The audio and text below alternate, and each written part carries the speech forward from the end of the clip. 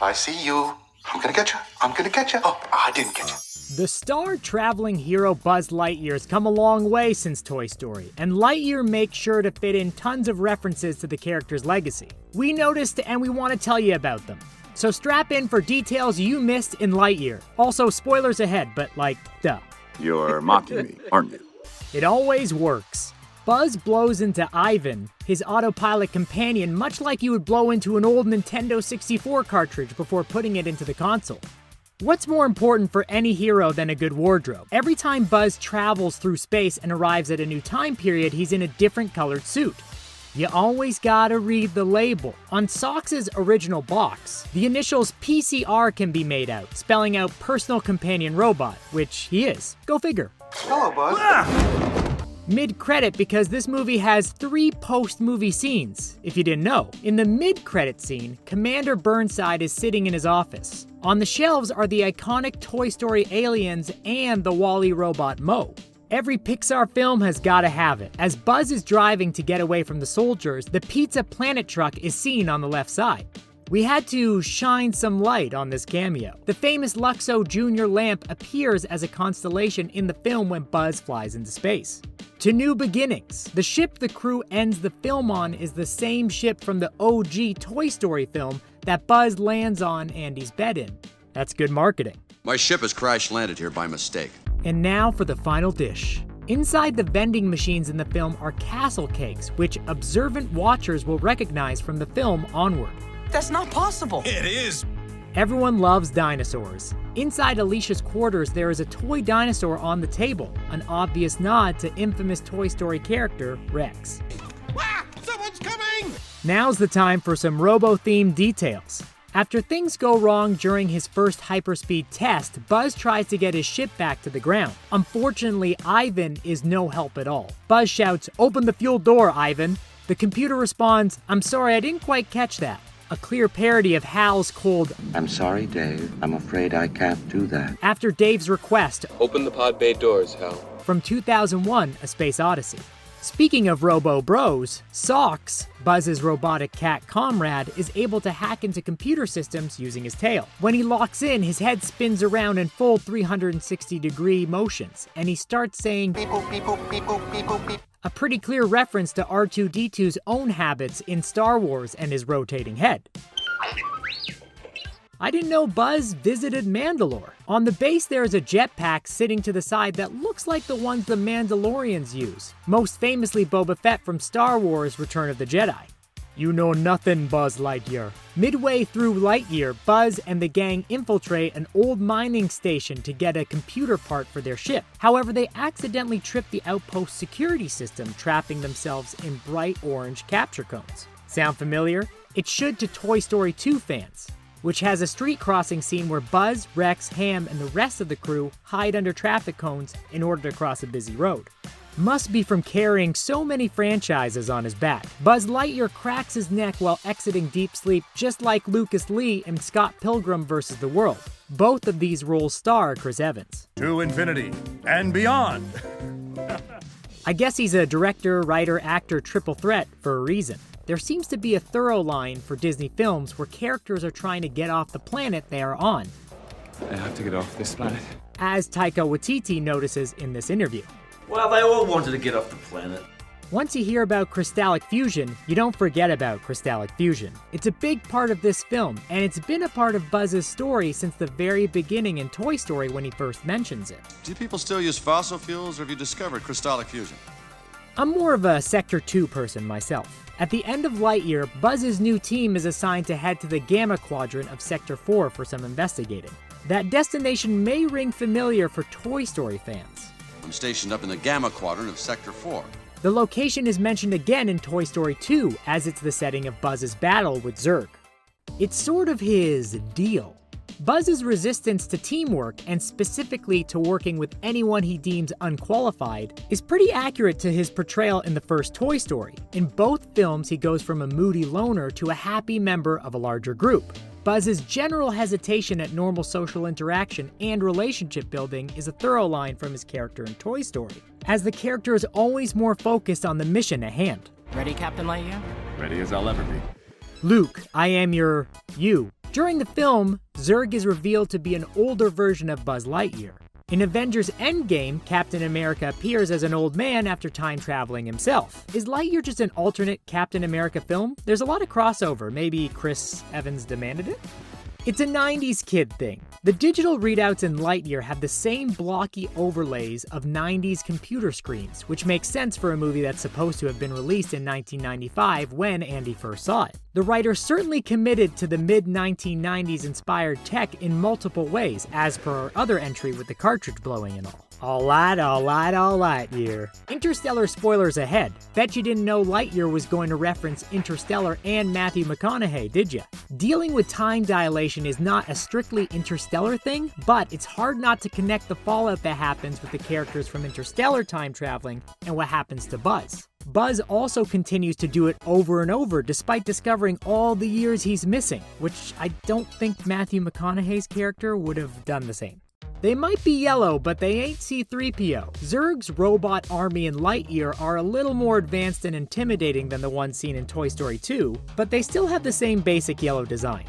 If it ain't broke, don't fix it. While not completely the same, observant fans of Toy Story might notice Buzz's fight in Lightyear with Zurg is similar to the one from Toy Story 2. The shot where Buzz jumps and front flips over Zurg, then quickly turns to fire a laser back is taken right out of the Buzz Lightyear video game Rex plays at the beginning of Toy Story 2. Luckily, Buzz has better luck than Rex in this scenario. That's one nice looking ship. Hardcore Buzz Lightyear fans will notice Zurg's dreadnought harkens back to the franchise's past, although it does look a good deal different this time around. It first appeared in Buzz Lightyear of Star Command, an animated series produced by Walt Disney Television Animation and Pixar Animation Studios. If you kick butt in space, you gotta have an awesome catchphrase, and Buzz certainly has a few more than just To infinity and beyond! For example, I'm Buzz Lightyear. I'm always sure. Buzz states first in Toy Story 2 and while trying to save a spaceship in Lightyear. You sure? I'm Buzz Lightyear. I'm always sure. At the very beginning of Lightyear, when Buzz and Alicia are exploring the alien planet, Buzz records one of his iconic mission logs, commenting on the landscape. Terrain seems a bit unstable. Of course, this is also his comment when walking around on Andy's bed in the original Toy Story. Terrain seems a bit unstable. Finally, Buzz says, Not today, Zurg. a reference to the popular phrase, Not today, Zurg. those moves aren't just to sell some toys. At multiple points throughout the film, Buzz shows off his famous karate chop action from his toy commercials. As well, in the third act of the film, Buzz improvises by strapping a smaller standalone laser blaster to his wrist for easy use, just like the one he sports in Toy Story. The weapon comes in particularly handy in his battle with Zurg. Chris Evans' characters just love to hang around with his close friends' kids. Buzz befriends Izzy Hawthorne, Alicia's granddaughter, and Captain America, befriends Peggy's niece, Sharon. Lightyear isn't actually the first time Buzz has gotten a spin-off that explores his sci-fi lore and backstory. The direct-to-video movie Buzz Lightyear of Star Command, The Adventure Begins, bears some striking similarities to Lightyear. First, both movies involve Buzz learning to accept help from a ragtag group of unlikely heroes who want to be space rangers. You know how I feel about rookies. In the older film, the team consists of a robot named XR, a former Star Command janitor named Booster, and recent recruit and princess Miranova. Like in Lightyear, Buzz repeatedly expresses his distaste for rookies. Sorry, but you don't have the field experience to take on such a dicey assignment, princess. But he eventually comes to love this new group, and together they stop Zurg's evil plan. Sounds familiar, right? More Chris Evans-based details. Captain America travels through time multiple, times in various Marvel films, while Buzz Lightyear does the same in order to test the hyperspace fuel. An epic suit deserves an epic reveal. Both Lightyear and Captain America have their epic suit reveals and are almost the same scene shot for shot. Another space-based story, another bluish power source. The Tesseract from the MCU and Hyperspeed Crystal from Lightyear CU are very similar, and both serve as MacGuffins for various heroes. Which is not a form of muffin, by the way. That just means they both serve as a plot-related thing that the characters look for to push the action forward. You're welcome! Lightyear is a film which follows an adventure in space, and you can't make a film about space without thinking about Star Wars. Lightyear certainly pays homage to its predecessor in some cool ways we've noticed, and we're here to tell you about it. Number 1. Nothing like an adventure on a desert planet. Buzz's space station he begins his story at looks eerily similar to the planet Geonosis from Star Wars Attack of the Clones. Not only the planet itself, but the structures on that planet. I hope they both had some space ice cream to keep them cool. Number 2. We'll need a scientist to explain the difference. Lightyear uses a hyperlaunch system, while Star Wars uses a hyperspace drive. Entering the two types of travel also look very similar with the stretched blue lines. They also both use rings to achieve this form of travel. You liked it, so you put a ring on it. Number 3. I think they might have double booked. The rooms used by the characters in Lightyear and the Jedi Council chambers from the prequel Star Wars films look very similar, not only in design but in lighting and color. Lightyear spends a lot less time with a group of 20 or so Jedi discussing politics, so the rooms are used a little bit differently. Number 4. If you could live anywhere in the galaxy, why would you live on a swamp? Luke Skywalker gets stuck on the filthy, swampy planet Dagobah in search of Yoda, while Buzz finds himself on a filthy swamp planet as well. Coincidence? Well, probably yeah, but still fascinating, no? I'm looking for someone. Looking? Found someone you have, I would say. Number 5. Lando Calrissian would be so proud. Parts of Lightyear seem to be inspired by the Cloud City introduced in Star Wars The Empire Strikes Back. Here's hoping Lando will stop by Star Command someday. And how you doing, Chewbacca? You still hanging around with this loser? Number 6. Tentacles are basically the new quicksand in how often they become a problem. Buzz Lightyear and his team seem to be constantly attacked by tentacles, while our heroes from Star Wars also seem to have tentacles appearing from nowhere, ruining their day. Tentacles are very in when it comes to space aliens. Number 7. Which is mightier, the saw or the saber? The characters in Lightyear use light saws to cut away at their foes, while we all know Star Wars were the first to popularize light-based weaponry with the lightsaber. Do you think to get a nice close shave that the folks in Lightyear use a light razor? What? Number 8. No, Buzz. I am your father. If you see some steam and red glowing light, just know the villain is on his way. In Buzz's case, it is Emperor Zurg, while in Star Wars, that's the Darth Vader, ready to ruin some perfectly good droids, and some perfectly good pants of any rebels in his way. Number 9. Which do you prefer, to infinity and beyond, or may the Force be with you? When you're a space pilot about to embark on a new journey, you've got to say something cool to your friend. The question is, which is better, Lightyear's catchphrase, to infinity And beyond. or Star Wars' famous parting words? May the Force be with you. See you later just isn't cool enough for space adventurers, you know? Number 10. Gas is so 2000 and late. When you're a space explorer, you need a cool modern power source. Which would you use to power your space shuttle? Coaxium from Star Wars A Solo Story, or crystallic fusion from Lightyear? By the way, they look like they're the same thing, maybe? Number 11. Space Villainy 101. If you live in space and you want to do something evil, you're gonna need to have about 10,000 nameless soldiers at your command. You can go with stormtroopers from Star Wars, who famously cannot hit anything, or these tough-looking soldiers from Lightyear. I prefer the red glowing eyes, for sure. Number 12. And of course, nothing is more important in a space adventure than some cyborg comic relief. Buzz Lightyear's sidekick Socks tells him he regrets being there. Buzz, that was utterly terrifying, and I regret having joined you. C-3PO from Star Wars tells Han he hates being there. Oh, this is suicide. There's nowhere to go. It's what robots do. The cat is cuter though, in my opinion. But Star Wars does get C-3PO and R2-D2, two sassy robots for the price of one. Number 13. Piloting a starship ain't easy. Both films have near-crash experiences with Buzz and Han Solo respectively, barely saving their spaceships from crashing into these mountains. What's with space heroes and trying to find the closest mountain they can potentially crash into? Pull up! To infinity. Are you trying to get me to pull your finger? We've been buzzing to share this with you. When you think Toy Story, you don't really think Marvel Universe, but Pixar's Lightyear has completely changed our perception. You've heard of hidden Mickeys, but Lightyear is full of Marvel Easter eggs. That was utterly terrifying, and I regret having joined you. catchphrases they never finished. Let's start off with Captain America. To be completely honest, it's not unusual for a superhero-like character to have a signature catchphrase.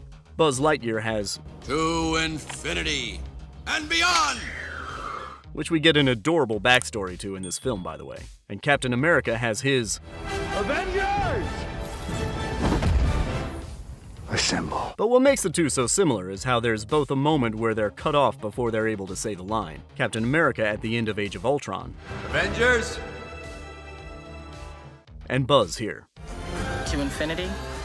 And Buzz isn't the only one with a pet. Take a moment to think. Do you remember what other superhero in the Marvel Universe had a ginger cat that followed them around during battle? Not to mention also was used for comedic relief? If you guessed Captain Marvel, you're correct. Buzz also has a furry, robotic companion that gets in the way during battle, and is there for some giggles every now and again, although their name isn't Goose. This isn't what you're afraid of, is it? Captain Marvel and Lightyear both travel through space, so there were naturally going to be some similarities. But the imagery between the two heroes launching and taking off into the stars is too similar to be just a coincidence. Perhaps the Lightyear creators took inspiration from the film's cinematography. Unintentional traveling through time. Here's where things get wild, so hold on to your spacesuits. Captain America and Buzz essentially have the same backstory. Good old Cap accidentally time-traveled in Captain America, the First Avenger, where he crashes his plane into the Arctic and wakes up 70 years later to find that he actually survived thanks to the super soldier serum that allowed him to stay frozen and suspended in time. Buzz goes through a more traditional but still accidental time-traveling scenario. He was only meant to be traveling for 4 minutes, but ended up 62 years into the future. But, Socks, how long were we gone? meow meow meow meow. The girls in their future and past. Going off the whole timeline jumping, in the future, Captain America is faced with the niece of his close pal, Peggy Carter, Sharon Carter, who he ironically also becomes pretty close with. In Lightyear, we see Buzz meet his partner, Alicia Hawthorne's granddaughter in the future. Fingers crossed that storyline ends better than Cap and Sharon's. Sure. Morals and personality. The similarities between Captain America and Buzz Lightyear just keep on rolling in. Not only do they have similar backstories and alliances, but if we take a closer look into who they are as people, that's also similar. Both Steve and Buzz are willing to sacrifice their own well-being to save the world. Steve volunteered to undergo a dangerous procedure to stop the war, and Buzz was willing to head into the unknown without caring about the repercussions on himself. It's basically the same scene. How close do two scenes actually have to be considered similar not by coincidence? We couldn't help taking a closer look at this Lightyear scene and comparing it to another moment in Avengers Endgame. In this scene, both heroes are escaping their enemies out of a very similar looking red-lit space. Okay, this could be a stretch, but you also have to admit it might be more than a coincidence. They're literally the same person. And the most obvious similarity of them all, Captain America and Buzz Lightyear are played or voiced by the one and only Chris Evans. Maybe it's only natural the creators would want to add some little Easter eggs every now and then to remind them of the iconic character. It is all Disney anyway, right? Lightyear producer Galen Sussman knew they needed to have someone who sounded heroic, but not arrogant or dense. Mix that with the fact that Evans has a passion for animation, and the obvious option was Chris Evans. We're definitely not complaining. Finally. The time for answers is finally here. The Pixar film Lightyear came with a lot of questions like, is it a prequel to Toy Story? Will we get to see our favorite characters again? And why is Chris Evans voicing Buzz and not Tim Allen? We're here to lay out all the changes between Lightyear and Toy Story so that you'll finally get the answers you're looking for. Ready, Captain Lightyear? Ready as I'll ever be. Number 1. Buzz and Zurg. Let's start with the most confusing question of them all. Why isn't Tim Allen voicing his version of Buzz? Well, creators wanted to make sure that Buzz in Lightyear and Buzz in Toy Story were two distinctly different characters. I am Buzz Lightyear. I'm Buzz Lightyear. So, who's the real Buzz? And one way to do that was by recasting Buzz as Chris Evans. They needed someone who could be the voice of a hero, and we all know Chris does that quite well. For Chris, he admits that he used Tim Allen as a reference when developing the voice, but ultimately made it his own. One other character that made it over from the Toy Story universe to this one is Buzz's arch-nemesis Zurg. But just like Buzz, his voice actor was changed from Andrew Stanton to James Brolin, probably for the same reason. You do know no one ever listens to those. I know that. Number 2. Changing the shape. It's very clear that in Lightyear, Buzz is, well, not a toy. This meant for Lightyear they couldn't rely on the same animation styles they'd been using for him in the past 4 Toy Story films. They had to make him look like a functioning human. To do that, creators say they stayed away from bulky lines and focused on making him look sleeker. Am I really that fat? However, they still did want to keep some element of toy-like wonder in the film. In the end, they called in illustrator Callum Watt, and with influences from Japanese anime, settled on a vision that would have audiences wanting to reach through the screen and press all the buttons, whether that be on Buzz's suit or his ship. Good luck, Captain. Roger that. Number 3. Socks the Cat. If you remember back to the Toy Story films, besides Woody, Buzz never has a sidekick that sticks with him through it all. But in Lightyear, the creators wanted to make sure he has a constant. That's why they created Socks, the robot cat. He was created with the idea of incorporating limited animation, like what we see in WALL-E and even Toy Story. Socks was the little piece of toy-like animation that was brought into the Lightyear universe. I can provide sleep sounds if you like. I have several options. Summer night, ocean paradise, whale. Number 4. More humanity. Along with Buzz's design change also came his personality change. This is also part of the reason why Chris Evans took over his voice. While Buzz in Lightyear remains the heroic character we know him to be, they needed him to be more human. Instead of being the comedic relief, not the brightest, and always speaking in catchphrases, this version of Buzz is more fleshed out and has a human backstory, emotions, and overall personality. We can talk about your feelings. I am an excellent listener. No. Number 5. It's a little different. When you think of Buzz, the first thought that comes to mind is probably To infinity and beyond! the iconic catchphrase. While thankfully it still remains his catchphrase in Lightyear, the way it's presented is a little different. Where Toy Story's Buzz would always say it in a heroic way before doing something brave to save his friends, the catchphrase in Lightyear is more like a secret handshake between him and his best friend Alicia. It's a more emotional take on To Infinity and Beyond. To infinity. Are you trying to get me to pull your finger? Don't fall for it. No, not like that. Number 6. Completely reimagined.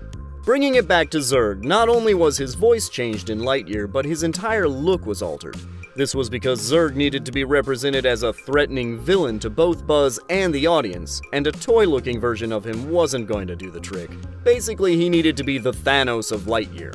They of course didn't throw out his original look completely, but needed to draw from his look in Toy Story and turn it into something more mature and realistic. As realistic as animation gets, of course. So they reimagined him as a giant robot, and the menacing Zurg was born. Oh no! You almost had him. I'm never gonna defeat Zurg! Number 7. Making it realistic. Just like how they needed to adapt Zurg, they also needed to change up the environment in which the film takes place. Director Angus MacLane admitted the Buzz's world we know from Toy Story and his animated series doesn't quite feel dangerous. So they purposely shifted away from the futuristic Buzz world and wanted to make the environment in Lightyear feel real, functional, and believable. Number 8. The redesign.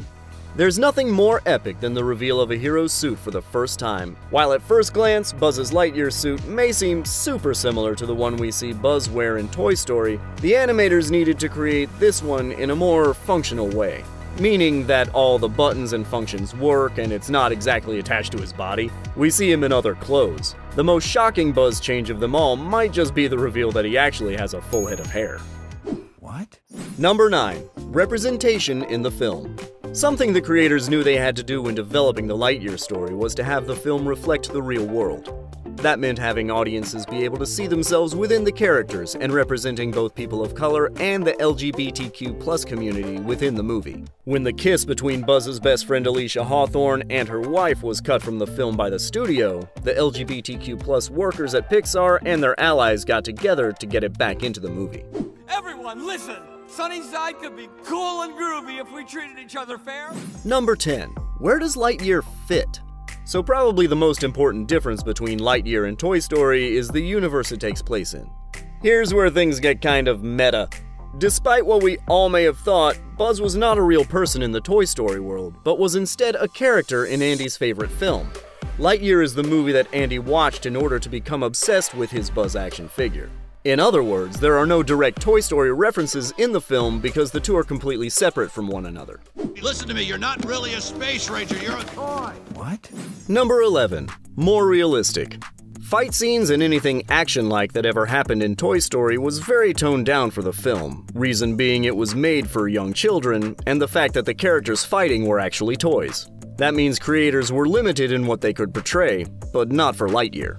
Characters like Buzz and Zurg are real in this film now. They have the powers their toys only thought that they had. For that reason, battle scenes like producer Galen Sussman's favorite, the Zero-G fight, are much more Star Wars and much less Toy Story.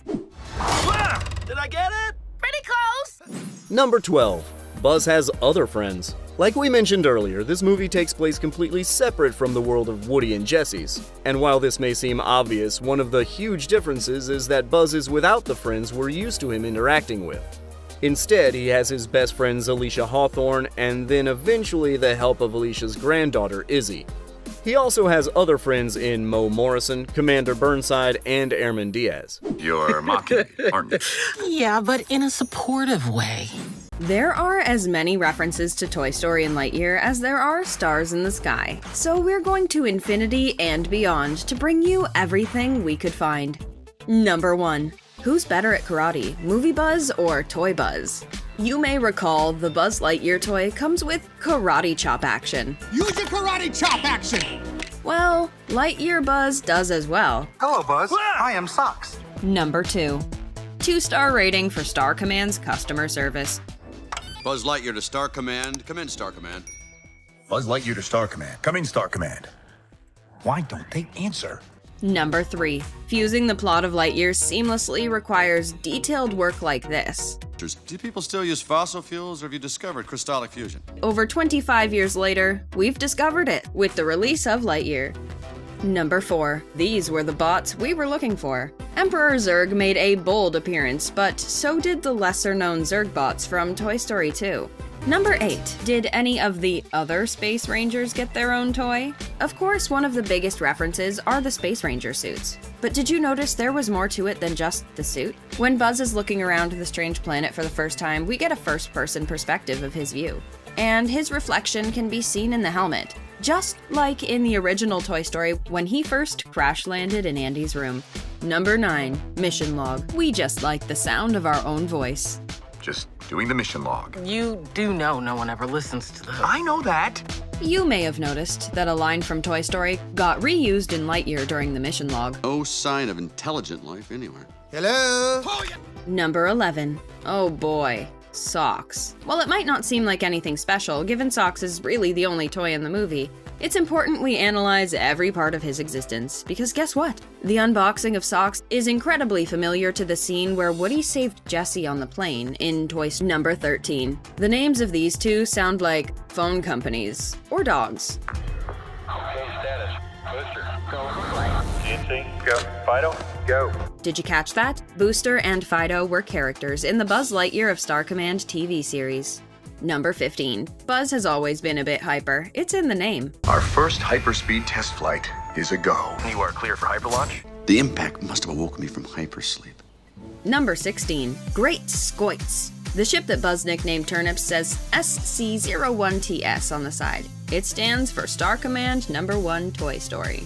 Number 17. Can Alicia's Rex come to life? Can toys star in movies? There's a toy in Alicia's room like Rex. I'm never gonna defeat Zurg! Sure you will, Rex. In fact, you're a better Buzz than I am. Number 18. Number 20. The movie copied the toy, the video game, and the commercial. The shot of Buzz flying in the toy commercial was also replicated in Lightyear. To infinity and beyond. The twist villain of Lightyear has a lot of folks buzzing, but the identity of Emperor Zurg was not always going to be who it ends up being in the current film. Who did director Angus MacLane originally have serving as the film's twist villain? Well, stay tuned, because we've got the insider intel. Spoilers ahead, obviously. Well, what kind of story are we telling with Buzz? Things could have been quite different. At one point in the film, Buzz finally comes face to face with Emperor Zurg himself. Or rather, and here comes the big reveal, Zurg Lightyear. Beneath the mechanized suit, Emperor Zurg turns out to be none other than Buzz from another timeline. An older, bitter version, voiced by James Brolin, from a future that's figured out how to use Buzz's fuel to travel through time. This Buzz did not learn the lesson about letting other people help. Instead of embracing others, this Buzz time traveled far into the future, put together a horde of mechanical soldiers, and traveled back to use young Buzz's hyperspeed crystal to fix everything. But originally this reveal was going to be quite different. Angus MacLane revealed for a while the team had thought instead of it being a different version of Buzz, it would have been Buzz Lightyear's biological father, a character the current version of the film does not spend any time on. Oh, you're a great dad. Yippee! Farewell.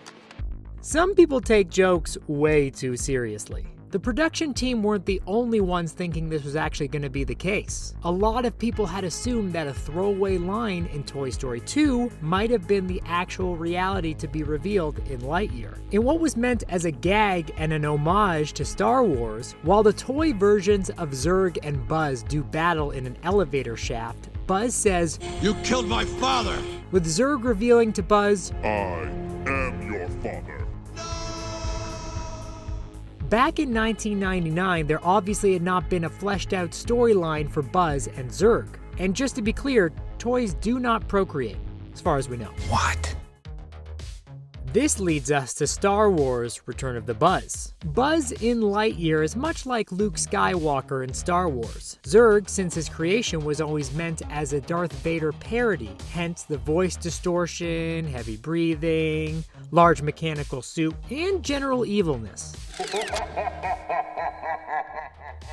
But now that we're doing more serious films on the pair of characters, an update was needed. Angus MacLane also explained that the decision was made to not make Buzz Lightyear's father based on the sheer amount of time they would have needed to introduce Buzz's father, and build a story for him, while working within the constraint of a reasonable film runtime. If they had added Buzz's father, it would have also been pretty clear why they were doing it. As MacLane says, "We were setting up all this backstory just so we could get to the dad." And when he is like, "I'm your dad," you're like, "Yeah, I know, you just spent an hour talking about it." There's no surprise in that. We banged our head against that. Taking the Papa Lightyear out gave the film more time for other characters and action, as well as a more unified message for the film. Ready, Captain Lightyear?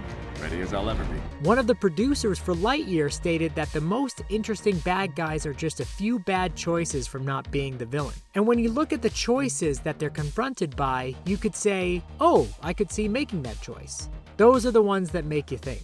So the decision for Buzz to not have his villain be his father also takes on a more symbolic villain for the film itself, improving on the message it attempts to convey. As the director said himself, the message of the movie is that Buzz needs to be less of a messiah character and a little bit more of a team player. That reflects the realities of what we know in film production. You have to work with the team. It's not any one person.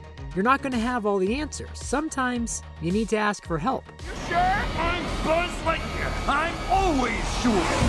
It's a pretty cool idea for a villain, and this film is far from the end of this version of Zurg as we now know. In another sort of homage to Star Wars, Zurg is also revealed in the final post-credits scene to still be alive. Much like Vader floating in space at the end of the first Star Wars film. We say final 3 times because this film had 3 post-credit scenes. Getting a little out of hand with those, Disney. There seems to be no sign of intelligent life anyway. Lightyear has made a pretty significant impact on the Toy Story world, but not always in a way that makes sense. Was it just us, or were there some majorly confusing plot holes caused by the Disney flick? We're breaking down all the most confusing aspects of the movie to try and make some sense of this universe that we thought we knew. Are you trying to get me to pull your finger? Don't fall for it. No, not like that. Sorry, it's a thing your grandma and I used to do. Yeah. Number 1. We've got some serious questions about this. I am Socks, your personal companion robot. My what? Socks, aka the character that stole the whole Lightyear film, made for an adorable and extremely useful feline friend for Buzz. As glad as we are to know Socks now, why wouldn't we have met them earlier? Socks is so significant in this movie, which makes it glaringly confusing that we've never heard of Socks until now. No doubt, if Andy got a Buzz doll, he would have wanted a Socks to go with it. Director of the movie, Angus MacLane, explained it away saying that Andy's mom could never buy the Socks toy since it was sold out everywhere, but we're not so convinced with that reasoning. Number 2. And what about the rest of Buzz's crew? Good luck, Captain. Well, I'm counting on you. Roger that. Seriously, first Socks, now no Alicia, no Izzy, no Mo Morrison, no anyone else? Knowing how huge Buzz is in the Toy Story universe, no doubt there would have been all kinds of accessories and pals to go with a Buzz Lightyear doll. The only other character included in that world was Zurg, and of all the incredible characters we get to know throughout Lightyear, he's not the first and only other toy we'd expect to see in the Toy Story world. We want an Alicia doll, stat. Number 3. Who knows what time it is? Timelines are tough to keep track of, especially when they don't make a whole lot of sense. Alicia, what happened? Time dilation. Time traveling makes it much more difficult, and the team behind Lightyear seem to have struggled with communicating all the timelines properly. What we know is that Zurg hijacked some tech from the future to battle Buzz in order to try and take the colony back. But where did it come from in the first place? Who did it belong to? Letting us know how Zurg came to be is great, but aside from that whole timeline is one mystery that we want answers for. Number 4. Who doesn't want to have jet wings? Oh, impressive wingspan. Is a Space Ranger without jet wings still a real Space Ranger? In Lightyear, the jet wings came about after stealing from Zurg's ship, but are we supposed to think that jet wings didn't exist before that? When we think of Buzz Lightyear's Space Ranger, the image that comes into our heads involves jet wings. But since neither Buzz or Alicia had them before, it has us questioning what the deal really is behind those wings. Number 5. We expected him to say, I am your father. Let's throw it back to Toy Story 2. This was when we learned that Zurg was meant to be Buzz's dad. I have a lot of catching up to do with my dad. Good throw, son. And we believed it for a full 23 years, until Lightyear informed us it was all a lie. It made sense off the bat that Zurg was Buzz's dad, but now that we know his true identity as Buzz from the future, well, it's taking some time to wrap our heads around this one. How exactly could Disney explain away this one? Does this mean there will be more contradictions within their own universe in future films? Number 6. What can't socks do? Well, we all know that the feline is very capable. Buzz, that was utterly terrifying, and I regret having joined you. But this didn't occur to Buzz, it seems. The reality is, Buzz's mission could have been completed. The story we get in the end works, but it doesn't totally add up. We know that Socks helped Buzz to get through creating the formula he needed, and Socks does have a memory bank, so... see what we're getting at? Keeping all this in mind, it's totally possible Buzz could have just made another crystal and completed the mission. Number 7. It's tough to be the new kid. For Featheringhamston, it was quite the trauma. Look, Featheringhamston, It's Featheringhamston, sir. Attacked and pulled underground by vines? That's no walk in the park, even for a seasoned veteran. Sure, he was rescued by Buzz in the end, but from what we saw, Buzz didn't go into those vines and fish him out. So how did the rookie end up on the surface and in the perfect place to be saved by Buzz? There are some weird vibes around this one. Everyone seems to have forgotten about him after the fact. It was great that Buzz was able to save him, but too bad we never got to learn more about the character or see him again. Look at him. Not looking. Look, Nope. look, No, look, no, look, no, look no, at no. the rookie. Number 8. Seriously, why don't we hear more about her and her family? Buzz and Alicia are tight-knit as can be. To infinity? And beyond. Because of this, it's no surprise how wonderful it is for Buzz to run into Alicia's granddaughter, Izzy. Alicia? Oh no, that's my grandmother. What is a surprise is the fact that no one thinks to mention or talk about Izzy's parents or grandmother. They saved their colony from Zurg, which is great and all, but are we to believe talk of Alicia's family and what happened to them never crosses Buzz's mind? Number 9. We're not quite sure why this slipped under the radar. Buzz took the reins and did what he wanted to do. Even though we know Burnside was straightforward about the fact that there was to be no more time hopping. Buzz rebelling isn't what the surprise is, though. The fact that Burnside didn't do anything was. Burnside would have had every right to get in touch with the military so they could help out by taking care of the situation, but for some unknown reason, they let it slide. If they hadn't, well, who knows how the film would have wound up. This has suspicion written all over it. Number 10. Just when we thought he was done, the movie gave us one idea. And then the post-credits scene threw us for yet another loop. Zurg was blown up by Buzz. We all saw it. But then we saw Zurg's suit power back up.